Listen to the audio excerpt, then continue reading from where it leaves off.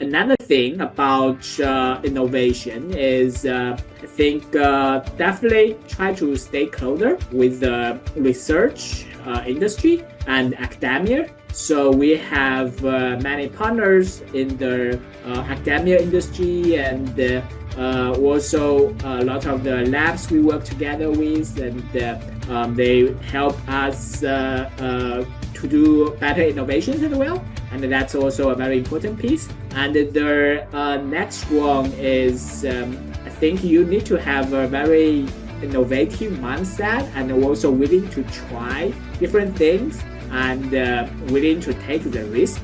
So a lot of the innovations that's happening is not because you are the only one doing it. It could be because you are the first one willing to take the risk and scale it out and so on. So, welcome to Grow Think Tank.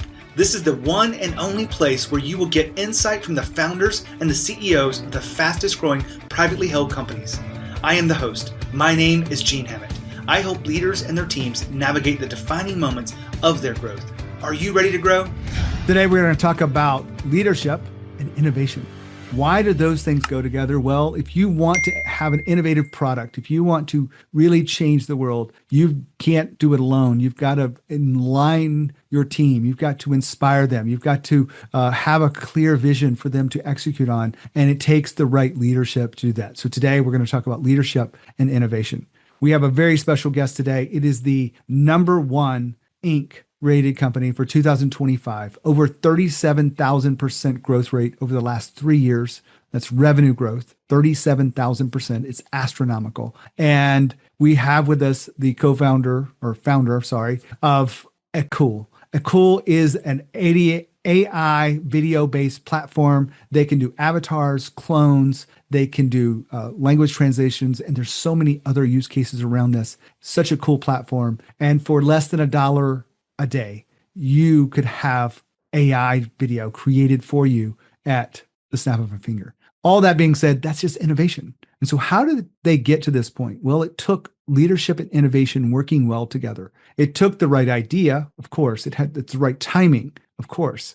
But it also took Jeff driving the right kind of leadership across his team. Today, we unpack some of the core elements of that. Some of the things you can expect is the importance of having values that your company lives by. He talks about his in there with the culture of innovation, about moving fast. He also talks about being okay with failure. Failure is not something to be avoided. It is something to be embraced and is an opportunity.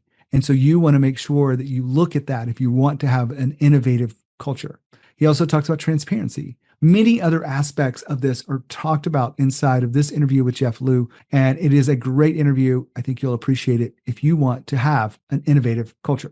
My name is Gene Hammett. I'm a CEO coach. We do executive coaching and leadership development. We've worked with more Inc. 5000 level companies than anyone in the world. And I say that because we help you continue to grow. What I know about fast growth companies is there's different inflection points. There's where things that used to work no longer work, whether that be in leadership or strategy. And when you continue down this path, if you don't make some changes, if you don't evolve your leadership, change the way you lead and develop your people, you will struggle. You will feel that friction, that tension, and we help you get ahead of it. Now, if there's anything that we can do for you, and we'd love to help you, but if you want to dip your toe in, the next available training, absolutely free, is training.coreelevation.com. You can sign up there to learn to be a better leader, to learn to create the kind of business that you really want to, and it will give you the insight you need. It's absolutely free. Just go to training.coreelevation.com.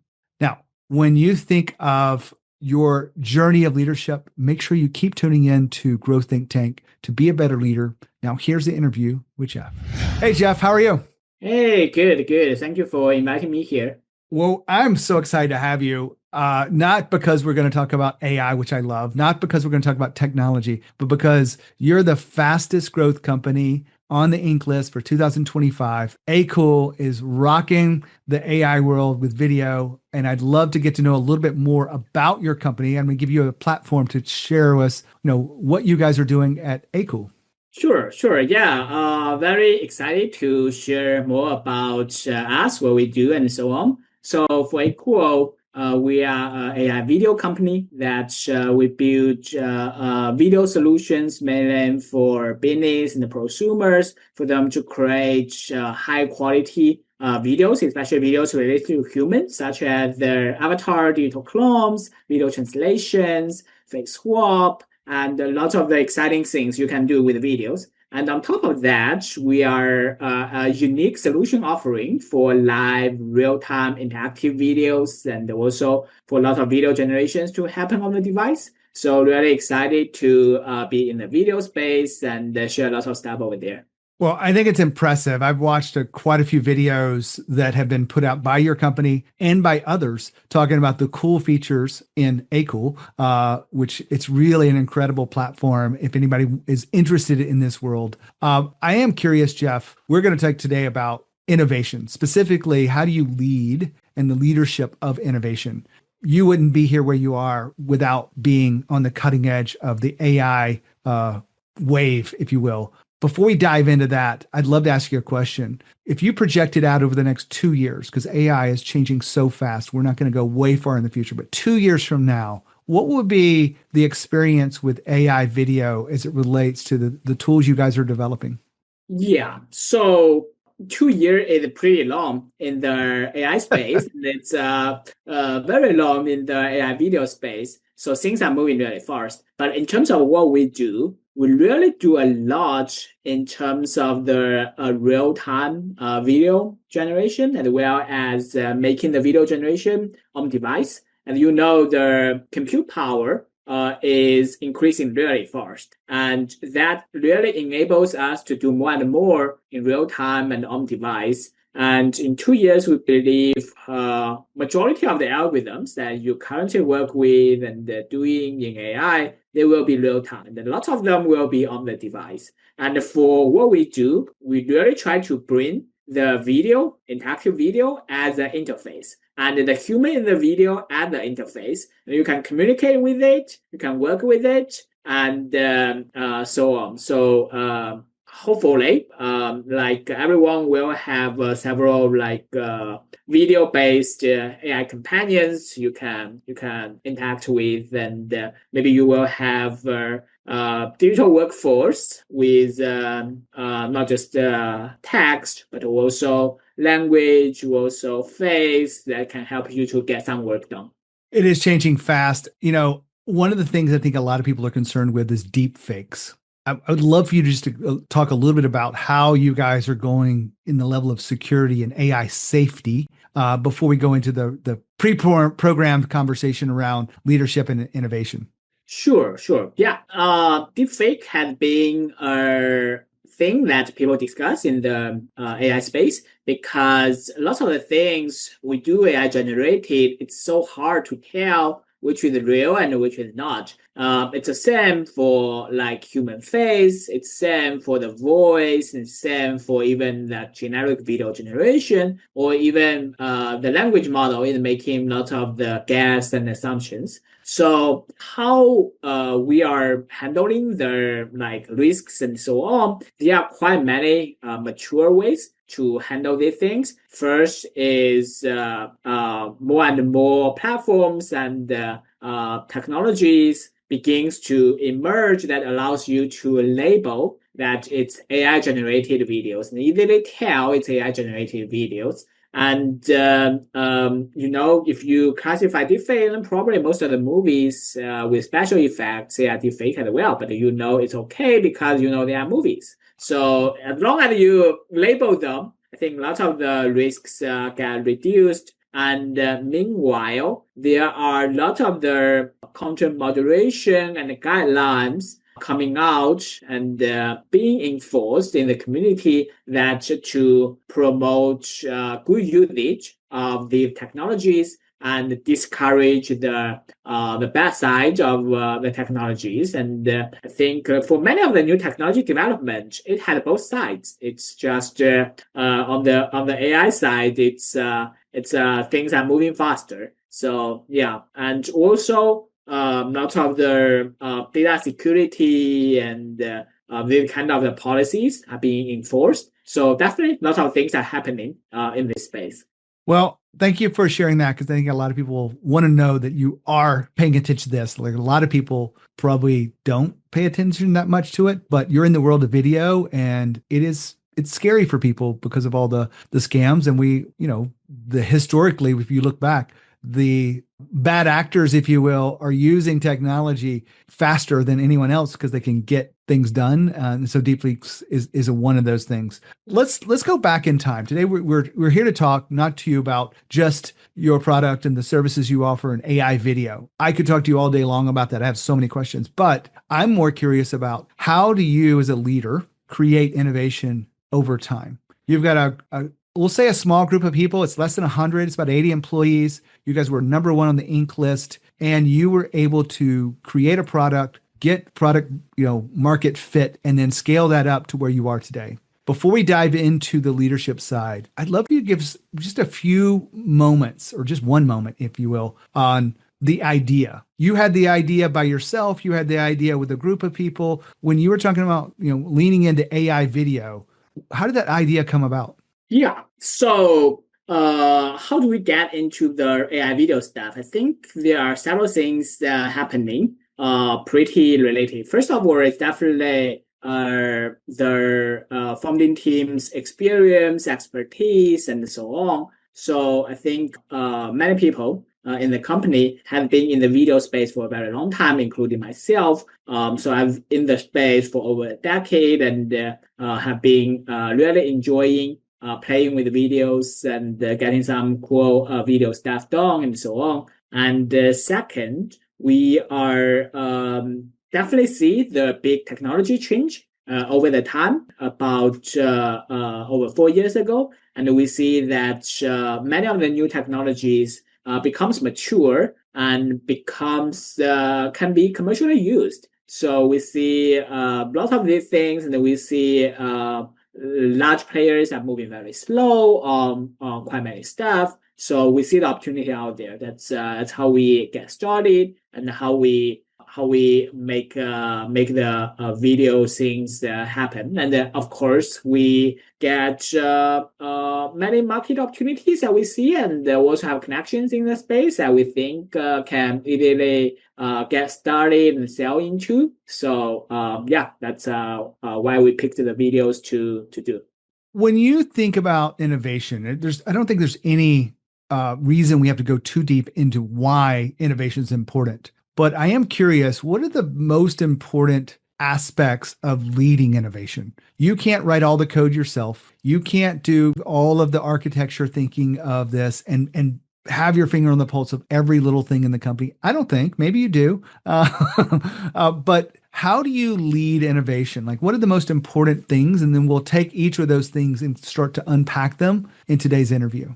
Sure. So there are several things pretty important in leading innovations. And you mentioned whether I'm pretty hands-on or not. So at the early days of the company, I'm actually very hands-on. So because I'm in the tech as well, so I'm pretty hands-on for lots of things that are happening. But now my time will be better used in other places. So I'm definitely much less hands-on. And on the innovation side, we have other people leading the innovation, product development, and all this kind of stuff.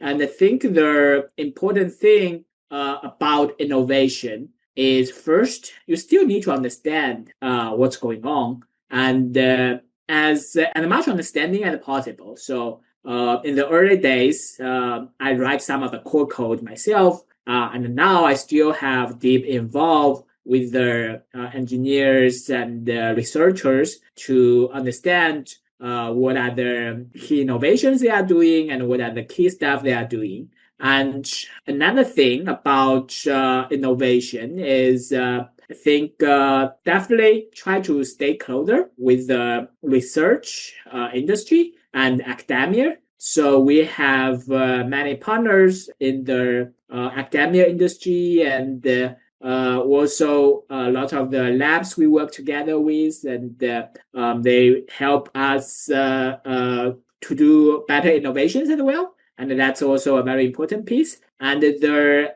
next one is I think you need to have a very innovative mindset and also willing to try different things. and willing to take the risk. So lots of innovations that's happening. It's not because you are the only one doing it. It could be because you are the first one willing to take the risk and scale it out and so on. So these are pretty important as well. So all of these things combined make our company a very innovative and leading company.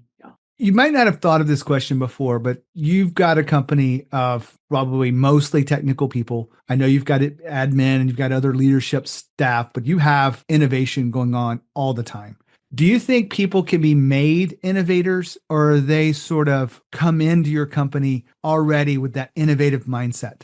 So I think most of the people come in already with an innovative mindset. So we have been pretty selective in the people we hire and so on. And also we have been looking for talents in our community who are very innovative, but definitely our culture is also making the innovation much more, because we want to be leading the industry, which means we need to keep doing something new, and we need to keep pushing out great features, and we need to keep developing new products and novel algorithms for us to have the edge. So I think that gene is built into the company already because of the market, because where we are and so on. We are definitely not a company that does more of the, I know there are some companies more like the resellers, or some companies more like, GPU business, especially the GPU farm, is probably more of the operation side. We are not on that side. We are more like innovative focused and product focused and so on. Yeah. Now, let me break in here for a second. Jeff just responded to the question I asked about mindset. He said his typical employees come in with an innovative mindset. I just wanted to let you in on something I've seen as a pattern across all the companies. If you want a company that innovates, you can't hire people and make them innovators. You want to hire people that have an innovative mindset. If you want a company that moves fast, you can't bring in people who are slow movers and expect to motivate them to move fast. It's not natural. If you want to have happy people, you can't make them happy. You want to hire happy people. And I say this with a smile because maybe it seems logical, but we don't think about it when we're across the table with someone or across a video of where does that person land often enough. You want to make sure you know what's critical. Your employees know what they're looking for and can assess it, not in direct ways, because if you ask someone if they're innovative, they'll say yes most of the time. You want to ask it in an indirect way. My suggestion for you is to go to AI and say, these are the most important values of our company. These are the most important aspects of who we are. Give me a few questions I could ask in an interview that allow me to assess indirectly, does that person naturally align with blank? Now, if you do that, I think you'll find some new options and new ways to assess, and it'll be good conversation to have when you go back to evaluate who do you hire next. In short, you don't expect people to turn into innovators. You hire innovative people. I don't know what you're expecting in the turnaround you want to make with your employees, but if you hired people that already had those natural capabilities, I think you'll be a lot better leader. Makes you look like you're doing the right thing. Back to Jeff. I kind of feel the same way too. It's much easier to take someone with an innovative mindset and get them to keep being innovative. Someone that doesn't have that innovative mindset is probably going to be in much more resistance to this pace at which your guys are running. When you talked about cultural forces that really reinforce innovation, is there anything that you would put your finger on and say, you know what, when we do this, it really does reinforce the culture of innovation? The culture enforce. So yeah. So on the culture side, we do quite many things. Actually, innovation is one of the things on our culture. We want people to be innovative, and also we want people to move fast because the whole industry is moving, speeding fast. And also we want to people to keep proposing new ideas to the table for everyone to discuss. So we have various groups that people discuss different ideas, different thoughts, and we have lots of the staff allow us to look at the market as well about what is ongoing and what has been highly adopted. So it's I think both the culture, the system, the whole things we build are pushing us to be innovative, and with lots of the young people, innovative people together, we are able to make that happen. Yeah. I know you spent some work time at Google and Apple, and Google has gotten a lot of press. Years ago, they did this project called Project Aristotle. Are you familiar with that work and research? Project Aristotle. Sorry, no, I'm not. Let me frame it in for you and the audience today, because it really is interesting. They looked at across many teams of Google, and they said, what does it makes our best teams? And their initial thought was talented people, put them together, get out of their way, and they'll create great products. And that makes sense. But what they found is that was no correlation between talented teams and the best performing teams. What they ended up doing at the end of the day, I'm fast forwarding a couple of years into the research, they said the number one thing that was necessary to keep ideas flowing and keep teams effective was psychological safety. Have you heard much about this psychological safety? Yeah, I heard about the word before. Yeah. When you talked about keeping ideas flowing and as it relates to innovation, if there is no psychological safety in your meetings and in your conversations between engineers and the collaboration that goes on, I would imagine those ideas don't flow as freely as they do. Is there anything you guys do that's kind of tactical that allows for that psychological safety that keeps those ideas flowing throughout the culture? Yeah.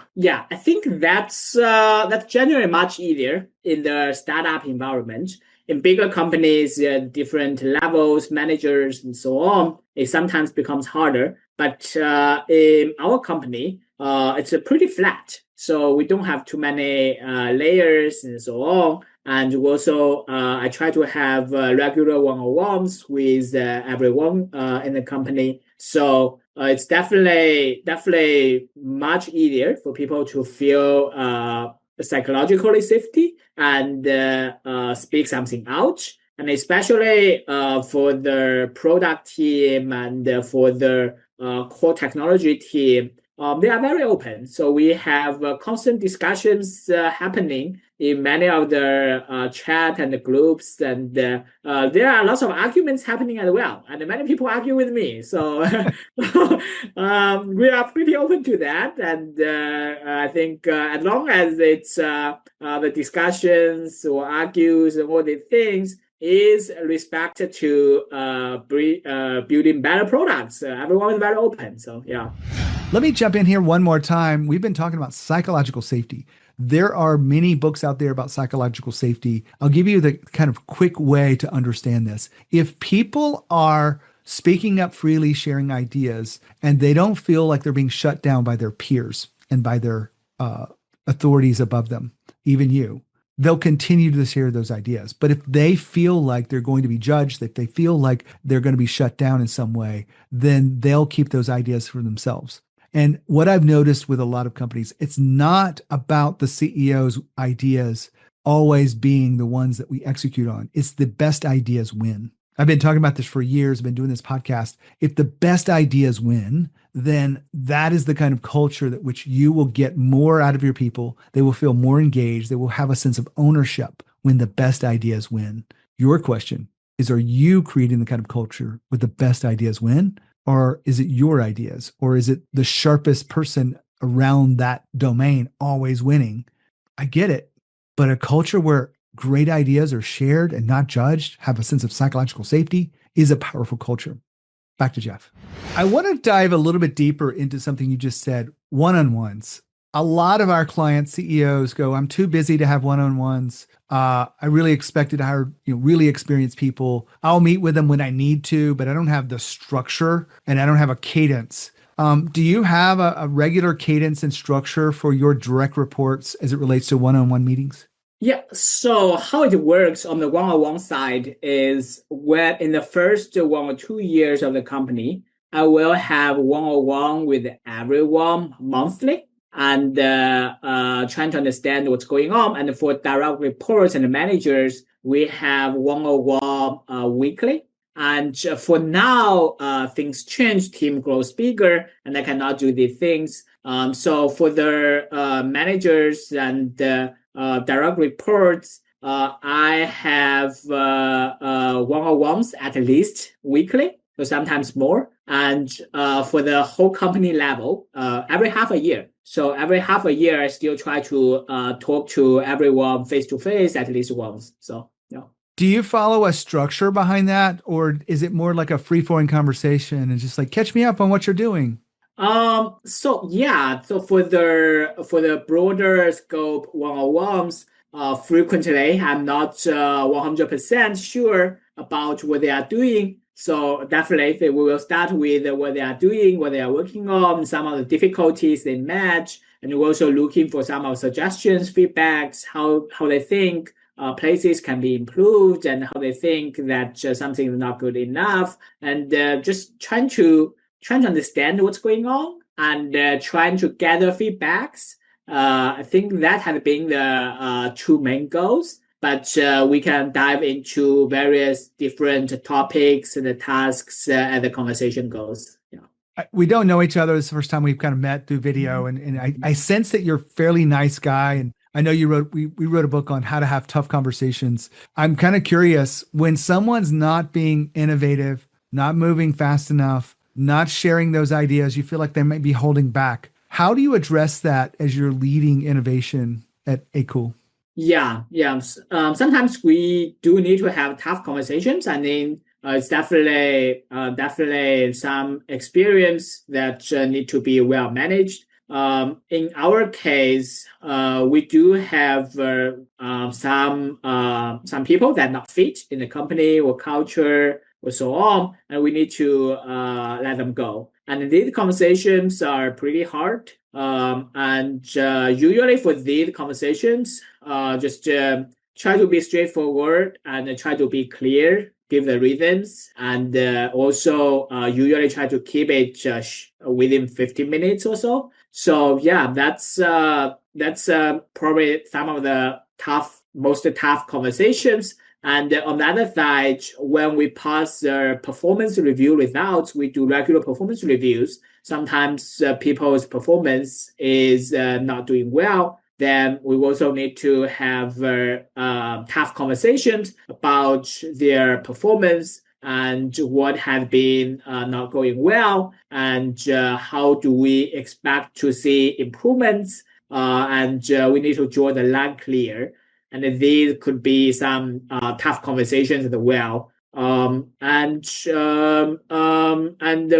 Sometimes we need to pass that work to HR. So they could have some of the tough conversations better, and that's on the people side. But there are some other tough conversations that we need to go, such as some product launch failures, or some other things that maybe not going well. And for these, the company is very transparent, and also we are very open to discuss this. So we usually don't see a failure as an issue. We see it more as a opportunity for improvement, and more as an opportunity to learn a lesson. So we have been pretty transparent about things not going well. So many of these conversations is just happens naturally. So throughout this, one of the patterns that comes up with fast growth companies like yourself is the need for transparency. People feel more connected to the mission, to the work, to the goals when you're being honest and transparent with them. And so I appreciate you bringing that up. And another thing you just said was, just like we were talking about mindset earlier, you said failure is not an issue, it's an opportunity. And that's a mindset shift that a lot of companies haven't made yet. And that's one reason why they're probably not innovating as fast as you guys are. And it's very similar to the tough conversations. The only reason why we call it that is because that's what other people call it, but it really is an opportunity to support and help someone grow. So I appreciate you being here, Jeff. one last question for you, just to like close the connect the dots, if you will. We've been talking about leadership and innovation. Is there anything that we left out of this conversation that you feel like is a real driving force for the innovation that has made Akool the number one fastest growing company on the Inc. list this year? You mean the most important factor? Yeah. Anything we left out today? Yeah. So I think the most important factor for that is definitely keep doing well on the execution. So we are a very hands-on execution team. So lots of the things, especially in a space that's moving really fast and highly competitive, lots of the things that we do, whether it works or not and how well it works, is highly depend on the execution, and highly depends how different steps and how the details are being done and so on. So I think execution is probably the very important step. Yeah.